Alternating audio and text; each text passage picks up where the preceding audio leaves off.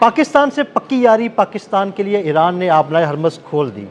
Israel, Bharat और मशरिक़ वस्ता को Iran ने मुकम्मल तौर पर इनकार कर दिया। पाकिस्तान की एनर्जी की ज़रूरियात बआसानी पूरी हो सकेंगी। आमिर रज़ा से इस सारी सूरत हाल के बारे में बात करते हैं। आमिर भाई, पाकिस्तानियों के लिए बड़ी खुशखबरी है, आबनाए हरमज़ खुली हुई है, आराम से पाकिस्तान की एनर्जी की ज़रूरियात पूरी हो जाएंगी। देखिए, पहली बात तो ये है कि इस बात को समझना चाहिए, जो बाकर बालियोफ हैं, जो कि स्पीकर हैं ईरानी नेशनल असम्बली के, उन्होंने ये बात कही थी कि अब आबनाए हरमज़ पर हमारा कानून चलेगा। मैंने और आपने एक व्लॉग किया है जिसमें हमने 15 निकात जो डिस्कस किए थे डोनाल्ड ट्रंप के, हाँ जी। उसमें एक नुक्ता ये शामिल है कि आबनाए हरमज़ को इंटरनेशनल वाटर करार दे दिया जाए। अच्छा, ये नुक्ता जो है ये किसी सूरत में अब काबिल अमल नहीं है, क्योंकि ईरान जो है मुकम्मल तौर पर इजारादारी रखता है आबनाए हरमज़ पे। उसके इस तरफ जो मिडल ईस्ट के ममालिक हैं, अब उनकी मजबूरी ये है कि वो या तो ईरान का साथ दें या गैर जानबदार हो जाए। तो ईरान ने तमाम उन ममालिक के लिए जो गैर जानबदार हैं उनके लिए आबनाए हरमज़ खोली है। लेकिन पाकिस्तान का नाम मैंने क्यों इस्तेमाल किया है, जिनके लिए खोली गई है उनसे एक फ़ीस या टैक्स लिया जाएगा जो कि $20 लाख पर मुश्तमिल है, तब उनका वेसल्स गुजरेगा। लेट्स से अगर जापान अभी तक इस वॉर में नहीं आया है, तो जापान को अगर जो है आबनाए हरमज़ से कुछ गुजारना है तो उसको $20 लाख पर वेसल्स देने पड़ेंगे। इसी तरह से बाकी ममालिक भी हैं जो इस जंग में अमेरिका का साथ उस तरह से नहीं दे रहे हैं, तो वो अपने $20 लाख की फ़ीस देकर इसको अपने वेसल्स को निकाल सकते हैं। लेकिन ये पाबंदी जो है सिर्फ उन ममालिक के लिए है जो इस वक्त अमेरिका और इसराइल का साथ दे रहे हैं।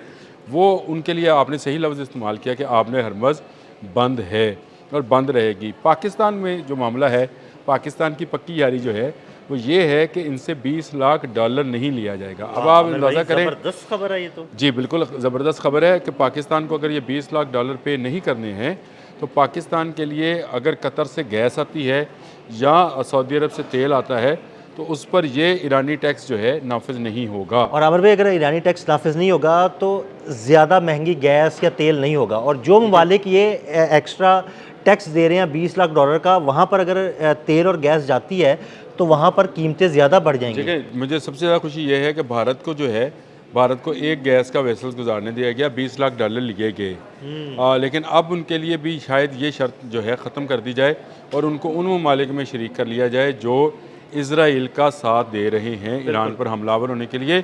और उसकी बुनियादी वजह जो है मोदी का वो मकरूह चेहरा है जो इसने इसराइल जाकर अपना ईरान को दिखाया था और और वो कहा चेहरा था, दिखाया था और अगले ही दिन ईरान पर अटैक हो गया। नहीं उसने उसमें उसकी पार्लियामेंट से जो खिताब है उसको ज़रा सुनिए, जो मोदी ने खिताब किया है। उसने कहा जो इसराइल का दुश्मन है वो हमारा दुश्मन है, बिल्कुल। जो इसराइल का दोस्त है वो हमारा दोस्त है। असल में यानी वो इसका मतलब है कि ईरान आपका दुश्मन हुआ ना। असल में वो अमेरिका पर जो टैरिफ अमेरिकन ने इंडियंस पर लगाया था उसके जवाब में ये बात कह रहा था, और जो रशियन ऑयल की सहूलत उसको हासिल थी उसको जारी रखने के लिए ये बात कह रहा था। लेकिन नेतन्याहू कुछ और सोच कर बैठा था। उसने जैसे ही ये बयान हुआ, मोदी वहाँ से उड़ा, तो उसने उसके बाद ईरान पर हमला कर दिया। और ईरान इसी को लेकर ये समझ रहा है कि ये समझ क्या रहा है, ये हकीकत भी है कि इस पूरे हमले की जो मनसूबाबंदी है उससे मोदी ना सिर्फ आगाह था बल्कि मोदी उस मनसूबाबंदी में शामिल था। अब आ जाए मिडल ईस्ट की तरफ, तो मिडल ईस्ट का सारा कारोबार ही तेल और गैस बेचने पे है। उनके पास और कोई ऐसी प्रोडक्ट नहीं है जिसको बेचकर वो पैसा कमा सकें। एक उनके पास टूरिज़्म थी, वो गई क्योंकि वहाँ से वहाँ पर अटैक हुए हैं, वो तो तबाह बर्बाद होगी ना। मैं स्टोरी पढ़ रहा था कि उनके 2 जहाज़ जो हैं वो भी तबाह हुए हैं, जिसकी मुझे शायद अंदाज़ा नहीं था। एक एयरबस है और एक और जहाज़ जो सऊदी अरब का है वो भी तबाह हुआ है दुबई के एयरपोर्ट पर। दुबई के एयरपोर्ट पे हमले भी तो हुए हैं ना। दुबई के एयरपोर्ट पर जो हमले हुए हैं, और जो अभी रिसेंटली हमला किया गया है वो कुवैत के एयरपोर्ट पर किया गया है, और वहाँ भी सुना है कि भारी नुकसान उठाना पड़ा है। कुवैती हकाम का जो है उसमें ट्वीट भी है कि उन्होंने अपनी एयर स्ट्रिप जो है वो बंद कर दी है, यानी पैसेंजर प्लेन्स के लिए जो आम हालात में चलाई जाती है। अब आ जाएँ आबनाए हरमज़ पे, तो आबनाए हरमज़ जो है पाकिस्तानियों के लिए ये खुशखबरी है। आपने बिल्कुल सही लफ्ज़ इस्तेमाल किया कि अगर हमें $20 लाख नहीं देने हैं तो हमें सस्ता जो है गैस और तेल मिलेगा, और हमारी यहाँ कीमतें जो हैं वो तेल की कुछ मुस्तहकम होंगी। मैं ये तो नहीं कह सकता कि ये कम होंगी, लेकिन गवर्नमेंट पे जो इंटरनेशनल मार्केट का रेट है तेल का, हमें सिर्फ वही वो अदा पे करना करना पड़ेगा, है। हमें एक्स्ट्रा $20 लाख अदा नहीं करने पड़ेंगे। और दूसरी बात यह है कि हमने अब अपनी ऑयल रिफाइनरीज को अपग्रेड करने का भी मंसूबा बना लिया है। इससे हम ईरानी और रशियन तेल जो है اس کو بھی یہاں پر صاف کر سکیں گے. زبردست. یعنی یہ ایک اور پاکستان ایک اور قدم اٹھا رہا ہے تاکہ اگر سمندری راستے سے نہ صحیح اگر ہمارا زمینی راستے سے بھی تیل آ جائے تو اس کو بھی ریفائنری میں. نہیں تو اگر امریکہ ایران سے یہ پابندیاں ہٹا دیتا ہے کہ تیل وہ بیچ سکتا ہے انٹرنیشنل مارکیٹ میں، تو کیا ہم اس سے تیل لے سکتے ہیں، اور لے لیں گے تو پھر ہم یہاں پہ آسانی سے اس کو ریفائن بھی کر لیں گے؟ دیکھیں بالکل، ہم نے جو اٹک ریفائنری بنائی تھی، اٹک کے قریب کہیں تیل کا کنواں سمندر نہیں ہے، یہ آپ کو بھی پتہ ہے، مجھے بھی پتہ ہے. اٹک آئل ریفائنری بنائی اسی لیے گئی تھی کہ رشیا سے اور ایران سے جو تیل آئے گا اس کو ہم اٹک ریفائن کیا جائے گا.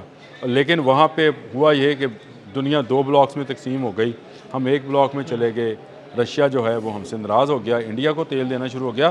ابھی بھی پاکستان کے پاس یہ اچھا موقع ہے کہ پاکستان اپنی آئل ریفائنریز کو، خاص کر جو بلوچستان کے ساحل کے قریب آئل ریفائنری اگر موجود ہے، اس کو اگر تیار کرے تو ایران سے اس راستے سے اور ٹرین کے راستے سے رشیا سے بھی آئل آ سکتا ہے. تو پاکستان کو یہ تمام راستے ابھی کھولنے ہوں گے. اس وقت پاکستان ایک مرکزی حیثیت حاصل کر گیا ہے کیونکہ امریکہ کو پاکستان کی ضرورت ہے اس جنگ سے باہر نکلنے کے لیے. بھائی اسی سے جڑا میرا سوال ہے کہ امریکہ کو ضرورت ہے پاکستان کی اس جنگ سے باہر نکلنے کے لیے، اور مذاکرات کی باتیں بھی ہو رہی ہیں، اور یہ باتیں ہو رہی ہیں کہ مذاکرات اسلام آباد میں ہو رہے ہیں. تو کیا مستقبل میں پاکستان اپنی یہ جو حیثیت ہے عالمی دنیا پر اس کو استعمال کر سکتا ہے، اور اس کو استعمال کرتے ہوئے رشیا سے اور ایران سے تیل خرید سکتا ہے؟ دیکھیں پہلی بات تو یہ ہے کہ ذرا سمجھے، بہت سارے اخبارات نے بشمول انٹرنیشنل میڈیا نے کہا کہ ترکی اور مصر بھی اس میں شامل ہے یہ جو مذاکرات ہو رہے ہیں. لیکن آپ کو کہیں طیب اردوان کا کسی کو فون ہوتا نظر آیا؟ نہیں، بالکل بھی نہیں. آپ کو مصر کے کسی سربراہ کا کسی دوسرے سربراہ کو ٹیلی فون نظر آیا؟ لیکن خبر دینا بڑی آسان ہوتی ہے. اس وقت ون اینڈ دا اونلی اگر کوئی کنٹری ہے تو وہ پاکستان ہے.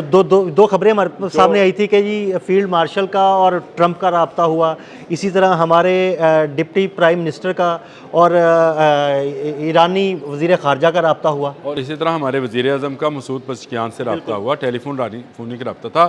یعنی ہم نے ایک طرف ڈونلڈ ٹرمپ کو جو ہے انگیج کیا مذاکرات کے لیے، اور دوسری طرف مسعود پزشکیان کو کیا تاکہ ان دونوں کا، اور اسی لیے یہ خبریں جو ہیں آپ کو نظر آتی ہیں سارے اخبارات کے اندر کہ اگلا دور جو مذاکرات کا ہوگا شاید اسلام آباد کے اندر ہو. انشاءاللہ. یہ بڑی خبر ہے. لیکن اس کے باوجود پاکستان کا آپ نے کہا کہ حیثیت برقرار رکھے گا. دیکھیں آپ کا جیسچر بتاتا ہے کہ آپ کس حیثیت میں زندہ ہیں. آپ اس وقت 2 بڑے بلاکس کو آمنے سامنے بٹھانے کے قابل ہو گئے ہیں، اور اس وجہ سے ہوئے ہیں کہ بھارت کو آپ نے شکست دی تھی، دنیا نے آپ کی طاقت کو تسلیم کیا. اب آپ کو تمام وہ ممالک جو بھارت سے تنگ ہیں، جن میں امریکہ بھی شامل ہے یا ایران بھی اب نیا شامل ہوا ہے، یہ دونوں بلاک اگر کسی ملک کی بات سنیں گے تو وہ پاکستان ہوگا. پاکستان کیونکہ اسلامی بھائی ایران کے ساتھ ہے، اور امریکہ کے ساتھ ہم ہمیشہ سے جو ہے رہے ہیں، اسی بلاک کا حصہ رہے ہیں، رشین بلاک کا کبھی حصہ نہیں رہے ہیں. تو یہ دونوں طرف سے جو ہے مذاکرات اگر کوئی ملک کرا سکتا ہے تو وہ پاکستان ہے. یہ صرف اس جنگ کے لیے نہیں ہے.